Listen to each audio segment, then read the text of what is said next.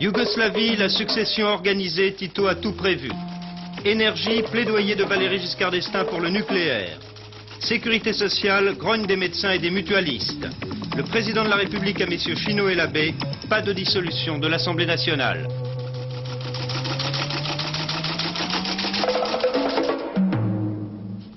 Mesdames, Messieurs, bonsoir. Parce que de temps en temps, il faut savoir un peu souffler au milieu d'une actualité sévère et même sinistre en ce moment, celle d'aujourd'hui n'échappe pas à la règle, nous avons décidé de commencer ce journal par l'évocation du premier match du tournoi des 5 Nations, demain après-midi, Galles-France. C'est la 55e fois que Français et Gallois vont se rencontrer.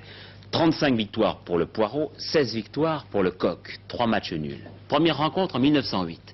Et Pierre Salviac a rencontré l'un des sélectionnés de l'époque, Émile Le Sieur. Il jouait 3 carrels et courait le 100 mètres en 10 secondes 8, et sur gazon.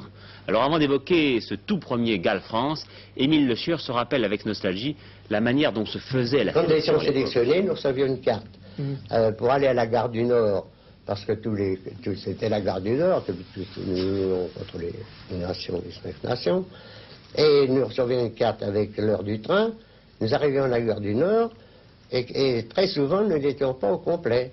Il y avait toujours des malins qui étaient là avec leurs valises et qui en profitaient pour rentrer dans l'équipe de France. Ils n'étaient pas plus dans l'équipe de France que le boucher d'à côté.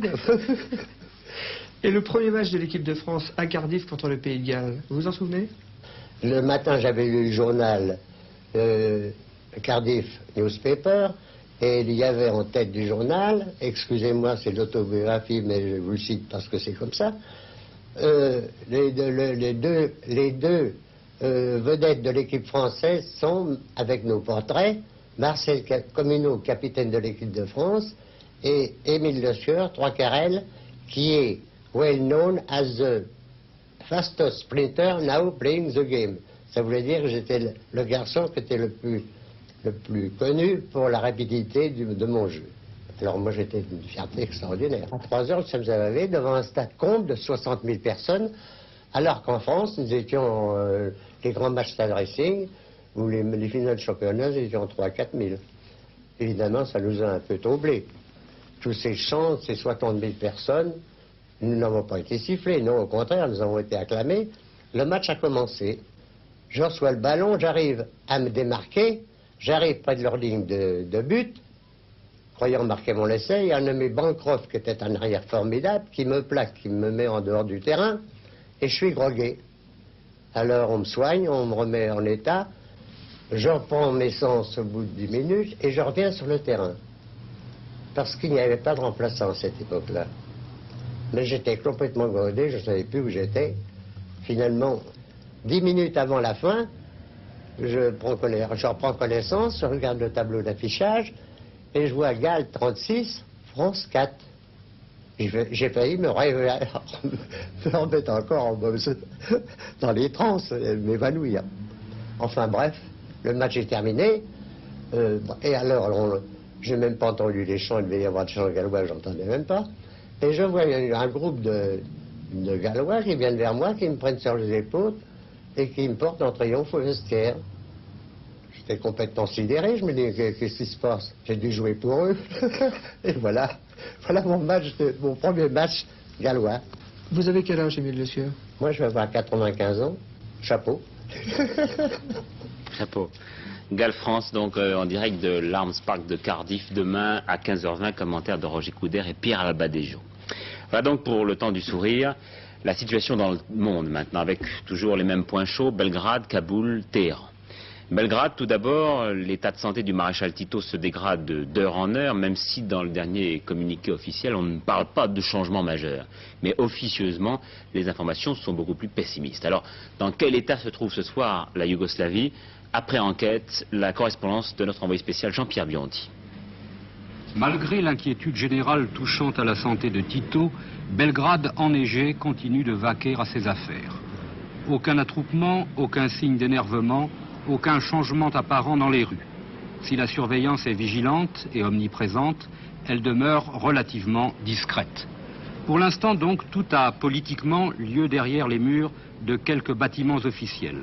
Indéniablement, la nouvelle constitution adopté en février 1974, a prévu l'éloignement du pouvoir du maréchal. A-t-elle été voulue par Tito pour l'après-Tito? Le docteur Zekic, un juriste, membre du Parlement fédéral, répond.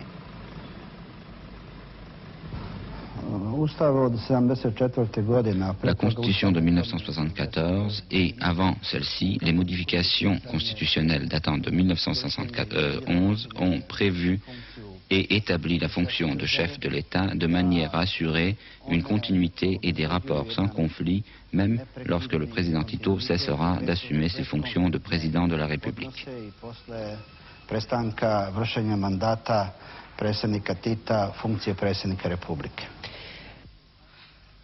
Les Yougoslaves répètent aujourd'hui, c'est vrai, Tito est un grand homme, mais la Yougoslavie continue. Les lieux où la Yougoslavie continue, les voici.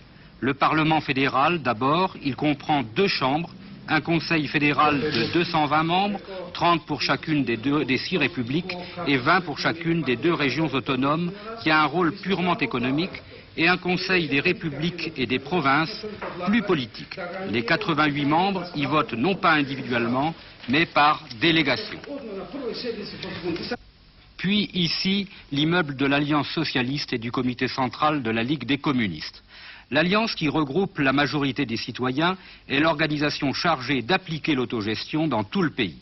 Quant à la Ligue, 1,5 million de membres, Tito a voulu en faire un instrument d'entraînement de la population, davantage qu'un parti politique traditionnel.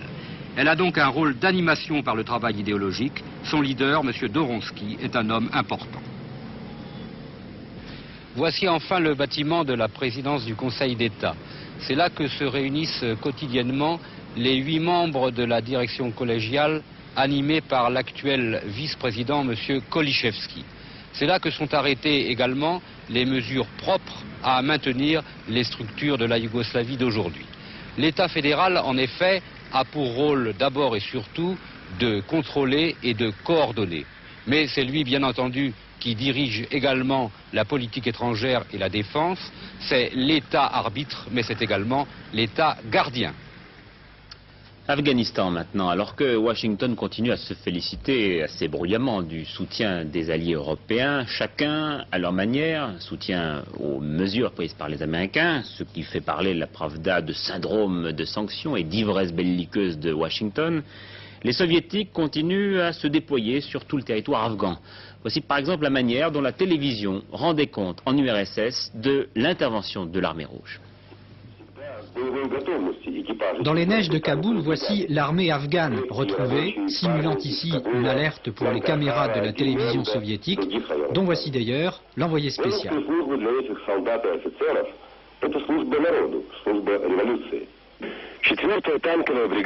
Il explique ici qu'il est avec les camarades afghans de la 4e brigade blindée qui a délivré le palais présidentiel et renversé le dictateur Amin. Et le journaliste soviétique affirme que ces soldats ont été accueillis à bras ouverts par la population. Par ce reportage, les soviétiques veulent montrer que leurs 80 000 hommes ne sont là que comme force d'appui et que ce sont les soldats afghans qui combattent la rébellion. Les soviétiques essayent de mettre sur pied une armée acquise à leur cause, mais les officiers afghans comme celui-ci, qui proclament leur soutien à l'armée rouge, sont en fait peu nombreux. Bien qu'il affirme que l'armée afghane est fidèle au nouveau régime, elle est en fait amputée de la moitié de ses effectifs qui ont déserté ou rejoint la rébellion et combattent ainsi avec des chars soviétiques la pénétration soviétique. Jimmy Carter a demandé aux dockers américains de cesser leur boycottage du chargement de céréales pour l'URSS. Cela dit, il a dû se féliciter en son fort intérieur du soutien de Margaret Thatcher, qui elle ne veut pas aller à Moscou et qui, si j'en crois le Times, juge fichtrement molle la réaction de ses partenaires européens. Cela vise la France, cela vise aussi l'Allemagne, l'Allemagne dont le chancelier Helmut Schmidt se refuse à décréter le boycottage de Moscou, mais sans enthousiasme apparent.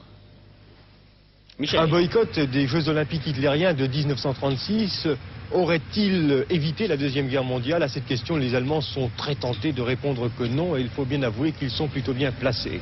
Alors ils sont contre ce boycott des Jeux Olympiques de Moscou en principe. Mais il y a les invitations, les encouragements très pressants venus de Washington. Alors on essaie de gagner du temps, on tergiverse un petit peu. Néanmoins, si le président Carter faisait de cette affaire une affaire d'État entre l'Allemagne et les États-Unis, eh bien on se résignerait à ne pas envoyer d'athlètes allemands à Moscou, mais à contre-cœur, très à contre-cœur. Belgrade, Kaboul et maintenant Téhéran, alors que nous voyons sur ces images le départ des derniers journalistes américains proprement expulsés d'Iran, nous avons le plaisir de retrouver à nos côtés Jacques Abouchar, qui est à Paris depuis quelques heures et qui vient de passer plus d'un mois et demi en Iran. Alors d'abord, quelles sont les conditions de travail des journalistes là-bas ?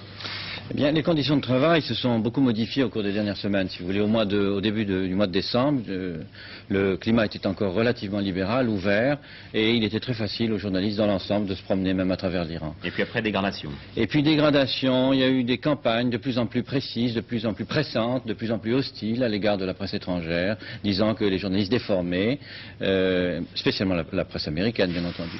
Et on le sentait d'ailleurs dans les rapports avec la rue, avec le public, on était accueillis avec de plus en plus de suspicion. Est-ce que vous avez senti une dilution de l'autorité dans ces moments préélectoraux, puisque la campagne présidentielle est fixée au 25 janvier? Alors il y a une dilution apparente, c'est-à-dire il y a plusieurs pouvoirs, il y a le Conseil de la Révolution, le gouvernement, l'imam Khomeini, les étudiants qui détiennent les otages, et puis finalement on constate qu'il y a une certaine continuité. Tout de même en Iran, il y a eu une constituante qui a adopté un projet. Ce projet a été soumis à un référendum. Ce projet prévoyait l'élection d'un président de la République. Elle va intervenir. En deux temps, 25 janvier et 1er février. Comme en France, avec un deuxième tour et 2 candidats. Et puis, elle prévoit des élections législatives qui vont avoir lieu. Donc, si vous voulez, d'un côté, effectivement, un semblant d'anarchie, plus qu'un semblant d'anarchie, d'ailleurs une certaine anarchie, un certain désordre, et puis de l'autre côté, un appareil constitutionnel qui se met progressivement en place. Et vous croyez que cette date de l'élection présidentielle sera déterminante pour l'affaire des otages? Oui, on a présenté le futur candidat comme une potiche, mais je crois que ni l'un ni l'autre des deux favoris, c'est-à-dire l'amiral Madani ou M. Benissad, ne sont des potiches. Ils tiennent à jouer un rôle d'homme d'État. Je pense que l'imam Khomeini se retirera un petit peu après l'élection et donnera pas mal de possibilités de gouverner au futur président de la République. Et je crois qu'à ce moment-là, peut-être assistera-t-on à une initiative importante en ce qui concerne les otages. C'est-à-dire presque au terme de 3 mois de captivité pour les otages. Au terme de 3 mois. 2 mots encore sur l'étranger pour vous dire qu'en Espagne, les femmes basques ont fait aujourd'hui grève pour protester contre la recrudescence des viols, une forme particulièrement odieuse d'agression politique.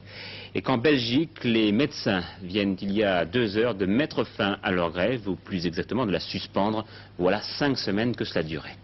Puis voilà qui m'amène à ouvrir un dossier qui inquiète de nombreux Français. Oui ou non, les mutuelles maladie vont-elles moins rembourser? Car voilà que depuis un décret paru hier au journal officiel, on demande aux adhérents de ces mutuelles de payer 5 à 12% des frais de médecine ou de pharmacie, sauf pour les dépenses hospitalières. Ainsi, les assurés sociaux, qui sont aussi souvent des mutualistes, se voient renier un peu de leurs avantages.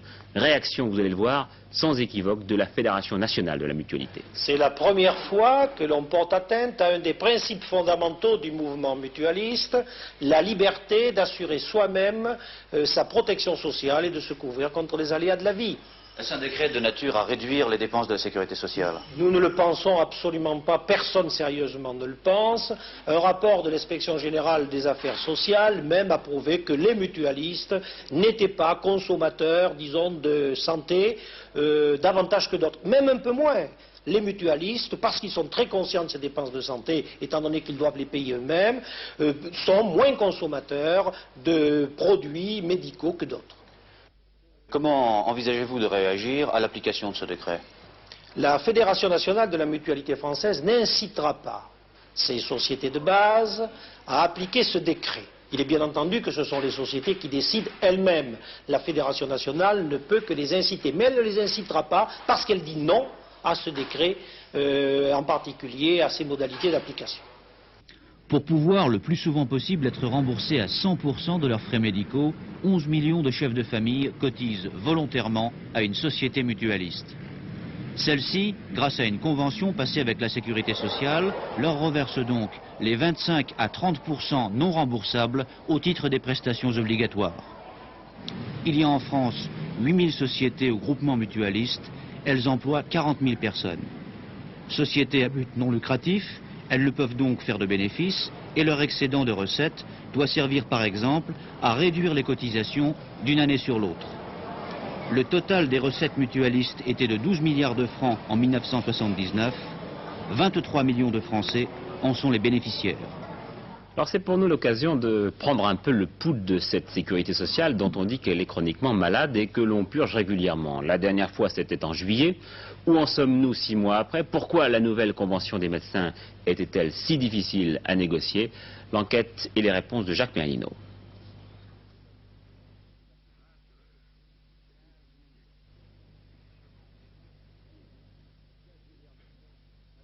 Et vite, 15 milliards de francs. Madame Simone Veil, alors ministre de la Santé, décidait pour le 1er janvier 1979 d'augmenter les cotisations vieillesse et de déplafonner l'assurance maladie. Mais le tir était un peu court et 6 mois après, de nouveau, la sécurité sociale revient à la une des journaux. Il va manquer, fin juin, 11 milliards de francs dans les caisses. Jacques Barrot, qui vient d'être nommé ministre de la Santé, fait adopter par le gouvernement le 25 juillet un train de mesures sévères. Les salariés supportent l'essentiel de l'effort demandé avec une cotisation supplémentaire égale à 1% de leur salaire. Les budgets des hôpitaux sont bloqués et les honoraires des médecins ne seront relevés qu'après signature d'une nouvelle convention avec la Caisse de l'assurance maladie. L'ensemble de ces mesures va rapporter 44 milliards de francs à la sécurité sociale. Alors, est-ce suffisant pour écarter le spectre du déficit? Écoutez, je crois que nous sommes sur la bonne voie. Les chiffres que nous prévoyons pour la fin de l'année sont en gros ce que nous avions prévu au moment du mois de juillet. Mais ces chiffres sont encore élevés parce qu'ils se situent à un niveau nettement plus fort que celui de nos recettes. Alors, le chemin à parcourir est encore long. Quelles sont les propositions que vous faites aux médecins dans le cadre des discussions de la nouvelle convention? D'abord, nous leur demandons de participer avec nous à une grande action de sensibilisation des Français en mettant sur la place publique régulièrement les chiffres de dépenses. Et puis, nous leur demandons ensuite de souscrire avec nous des contrats où ils s'engageraient à ne pas dépasser un certain niveau pour leurs honoraires. Et puis, nous leur demandons enfin de participer avec nous dans les caisses à une appréciation sur l'utilité des soins. L'autodiscipline des médecins, vous y croyez? Écoutez, l'autodiscipline est un slogan dont nous entendons parler les médecins depuis une dizaine d'années maintenant. Alors, nous avions à l'époque, nous étions d'accord avec eux, maintenant nous n'y croyons pas parce que nous constatons qu'il n'y a pas de résultat. Il ne faut pas se faire d'illusions, même si les médecins établissaient ce qu'on appelle une autorégulation parfaite, c'est-à-dire qu'il n'y a aucune gabegie, rien, ça ne résoudrait pas tous les problèmes de l'assurance maladie. Deuxièmement, nous sommes parfaitement d'accord pour établir ce système, nous avons d'ailleurs commencé. Mais nous ne voulons pas que chaque médecin dépende du contrôle permanent des caisses, c'est-à-dire que le médecin devienne de façon plus ou moins détournée un employé des caisses. Non pas que ce soit un métier qui nous paraisse scandaleux, mais parce qu'à ce moment-là, le médecin perd sa liberté de prescription, son indépendance et sa possibilité de prendre des décisions utiles à chaque malade. Il ne faut pas que le médecin vive sous l'obsession de l'autorité des caisses. Si ça ne s'arrange pas, vous envisagez de faire comme les médecins belges? Les médecins belges sont en ce moment en grève depuis, je crois, 27 ou 28 jours. La grève n'est pas une arme médicale que l'on manie facilement. Nous ne la manierons jamais pour les intérêts concrets des médecins. Mais si vraiment l'indépendance de la médecine, le libre choix du malade, la liberté de prescription était en cause, pourquoi pas? Sur ces 3 points, les remboursements de mutuelles, le déficit de la sécurité sociale, la grogne des médecins, la réponse du ministre de la Santé et aussi de la Sécurité sociale, Jacques Barrot. D'abord les mutuelles. Les dépenses à 100%, prises à charge à 100%, évoluent beaucoup plus vite que les autres. Il y a bien là une réalité. Bien. Ceci étant dit, il faut être clair. Quel est le sens de cette mesure? Ce n'est pas de demander aux assurés sociaux un gros effort. C'est de l'ordre de 5%. Pour des dépenses qui sont des dépenses de petits risques. Donc, ce sont des sommes très modiques.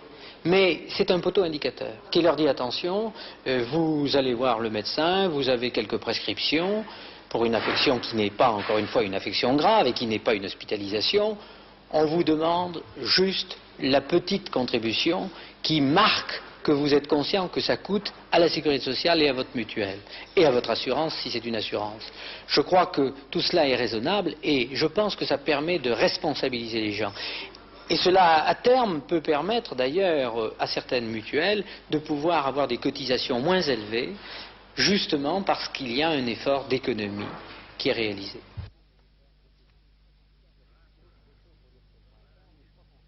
Il est trop tôt pour dire que c'est le printemps, mais je crois qu'on sort quand même de l'hiver, en ce sens qu'on sort d'une période très difficile pour la sécurité sociale, mais il ne faut pas se faire d'illusions. Il faudra continuer les efforts vigoureux pour que notre sécurité sociale retrouve la bonne santé. Tout le monde sait que nous devons retrouver un certain équilibre à la sécurité sociale, qu'il y va de l'intérêt de tous. Et je suis sûr que les médecins français nous y aideront. Pour ma part, je confirme mon attachement profond à une médecine libérale. J'ai d'ailleurs dit que l'année 80 serait l'année de revalorisation de la présence du généraliste, du médecin de famille parmi nous, mais tout ça sans se départir d'une certaine rigueur, car la rigueur d'aujourd'hui est la garantie de l'avenir. Puisque nous parlons santé, cette découverte qui va peut-être beaucoup aider les progrès de la science, peut-être aussi importante que celle des antibiotiques, la synthèse artificielle de l'interféron. C'est une équipe internationale de chercheurs que vous allez maintenant découvrir, qui travaille à l'université de Zurich, qui vient d'annoncer qu'elle est parvenue à produire par manipulation génétique une protéine antivirale. Cette substance, sécrétée normalement en quantité très faible dans l'organisme, s'est révélée en laboratoire très efficace, chez les animaux en tout cas, contre les virus et certaines tumeurs. L'interféron a des propriétés étudiées depuis 20 ans, mais jusqu'à présent, personne n'était parvenu à en produire en assez grande quantité pour apporter des preuves véritables de son efficacité. Et donc pour envisager son emploi en thérapeutique. Désormais donc tous les espoirs sont permis et si la découverte annoncée se confirme, des bactéries manipulées devraient pouvoir produire en grande quantité et à bas prix cette substance. Nucléaire, les fuites du centre de retraitement de La Hague, la nouvelle rupture entraîne, dit la CFDT, une contamination supérieure à celle engendrée par la première augmentation que la préfecture de la Manche, elle, juge assez faible. Le matin même, sur Europe 1, Valéry Giscard d'Estaing avait justifié le choix nucléaire de la France. Dans 5 ans, disait-il, notre pays produira autant d'électricité nucléaire que le Japon et l'Allemagne réunis. Pour le chef de l'État, il s'agit d'un pari gagné. Georges Leclerc nous résume ses propos.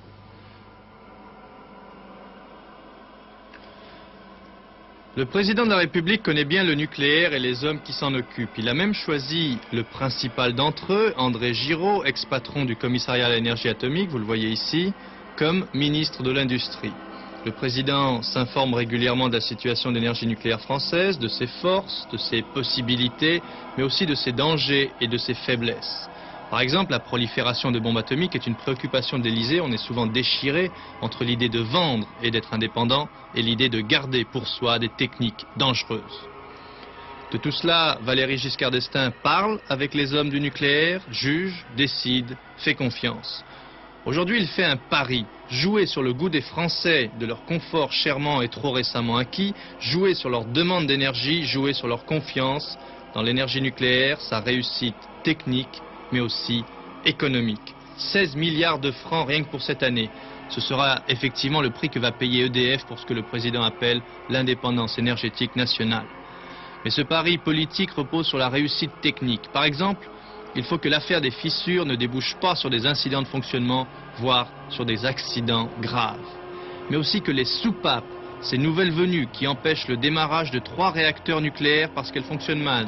Ce sont des réacteurs de Gravelines, de Tricastin, c'est celui-là, et de Dampierre. Eh bien, ces soupapes devront être toutes remplacées. Le nucléaire marchera-t-il correctement? Sera-t-il bien admis par les Français? C'est là le pari du président. Commentaire du Parti Socialiste, l'écart entre les satisfecits de M. Giscard d'Estaing et la réalité est saisissante, écrit Paul Quilles dans le quotidien du PS Riposte. Le programme gouvernemental a été imposé de façon technocratique. Les amis de la Terre, les écologistes, parlent eux d'escamotage et de contre-vérité.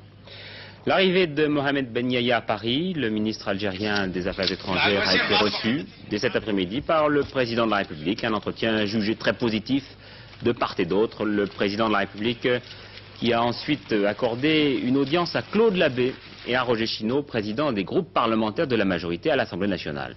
Le chef de l'État a répété qu'il n'envisageait pas la dissolution de l'Assemblée, sauf circonstances politiques nouvelles. Et ce, pour 3 raisons, Noël Copin. Bien, la première raison, je dirais que c'est une question de principe. On le savait déjà, d'ailleurs, le président de la République a toujours pensé qu'il valait mieux que les élections aient lieu à leur date normale.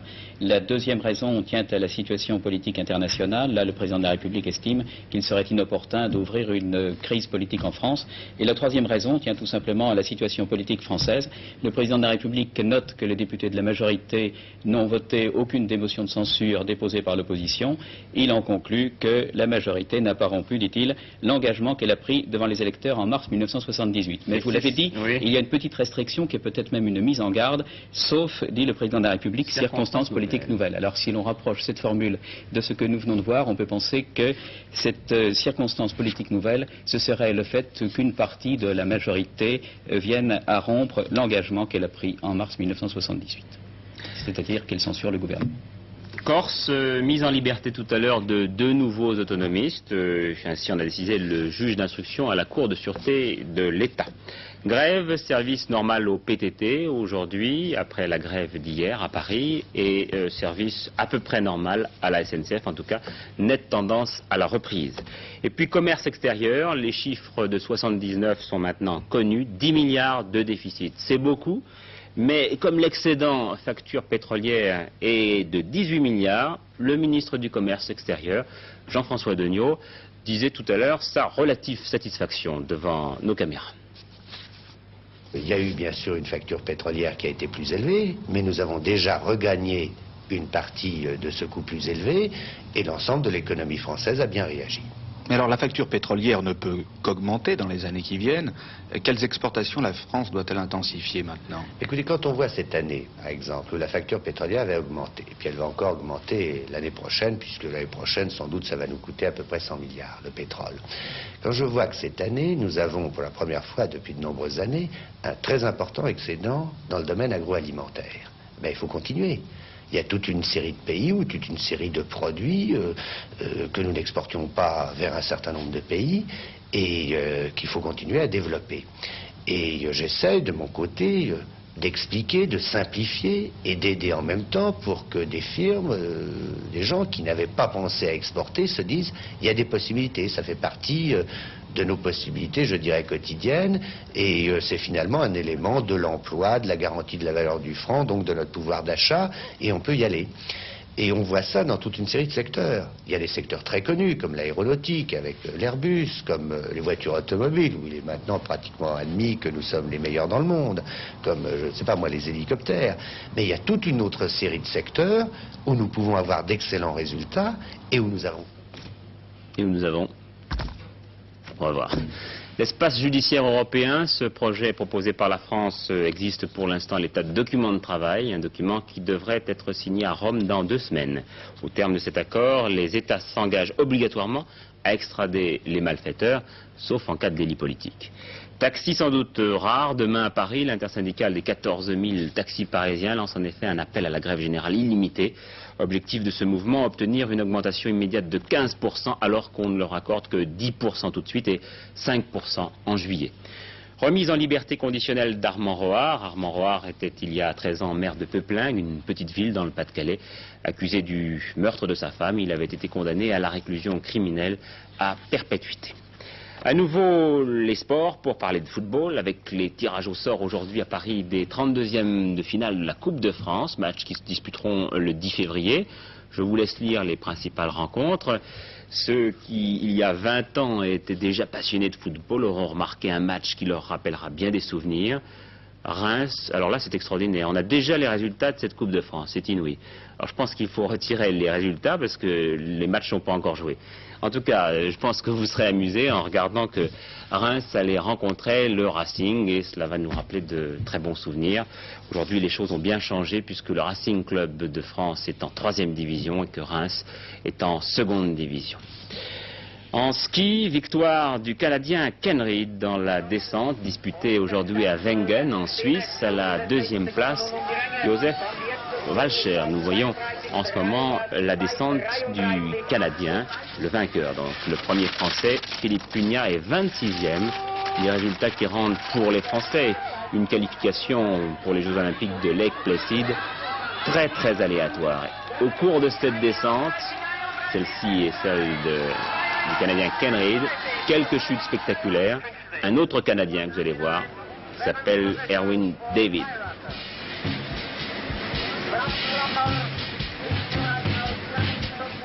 Voilà, la musique l'accompagne, mais finalement il ne s'est rien passé de très grave pour lui. Bon, alors j'espère que vous avez bien retenu que les résultats de la Coupe de France n'étaient toujours pas acquis quand même. Tout cela se passe le 10 février. Tout cela nous amène à la météo, puisque nous parlions de neige. 15 cm de neige recouvre aujourd'hui une partie du sud-ouest. La région la plus touchée, celle de Toulouse, sur le nord. Le temps était froid, avec cependant de belles éclaircies. Demain, il fera toujours aussi froid sur la plus grande partie de la France, avec des gelées qui n'épargnent que le littoral méditerranéen. Des brouillards givrants sont à craindre sur l'Aquitaine, le Poitou, le bassin parisien et la Flandre. Des chutes de neige se produiront sur les Alpes et des pluies parfois orageuses sur la Provence et la Corse. J'ai compris ce qui s'était passé pour le sport tout à l'heure. On vous donnait les divisions des différents clubs de football, mais il y avait un petit peu de confusion pour les uns et les autres. Regardez les images maintenant qui sont derrière moi et qui vont me recouvrir. C'est un accident spectaculaire en Suède. Un pont long de 500 mètres situé près de Göteborg a été complètement détruit aujourd'hui par un bateau libérien qui a heurté l'un des 2 piliers. Il ne reste pas grand-chose de ce pont. Au moment de l'accident, plusieurs voitures ont été précipitées dans la mer. On ne sait toujours pas s'il y a des victimes. Il faut croire que les Français se passionnent pour l'histoire. Après la naissance du mensuel historique, un autre mensuel vient de naître, Histoire Magazine. Dans ce premier numéro, un dossier sur l'URSS. Voilà, ce journal un petit peu fou vient de se terminer. Vos prochains rendez-vous avec l'information sont nombreux. Tout d'abord, ce soir à 22h50, Pierre Alain. Demain à 12h30, Samedi et demi, Jean-Claude Mangeot et Georges Bégou nous parleront du festival du film fantastique d'Avoria. Et puis à 15h20, comme promis, vous retrouverez donc Roger Couder et Pierre Labadéjo pour le match de rugby Galles-France. Enfin, à 20h, Léon Zitrone. Et puis, n'oubliez pas, d'ores et déjà, lundi, carte sur table avec comme invité, un invité exceptionnel, compte tenu de l'actualité, Georges Marchais. Je vous souhaite de passer une excellente fin de semaine et j'aurai plaisir à vous retrouver lundi. Au revoir.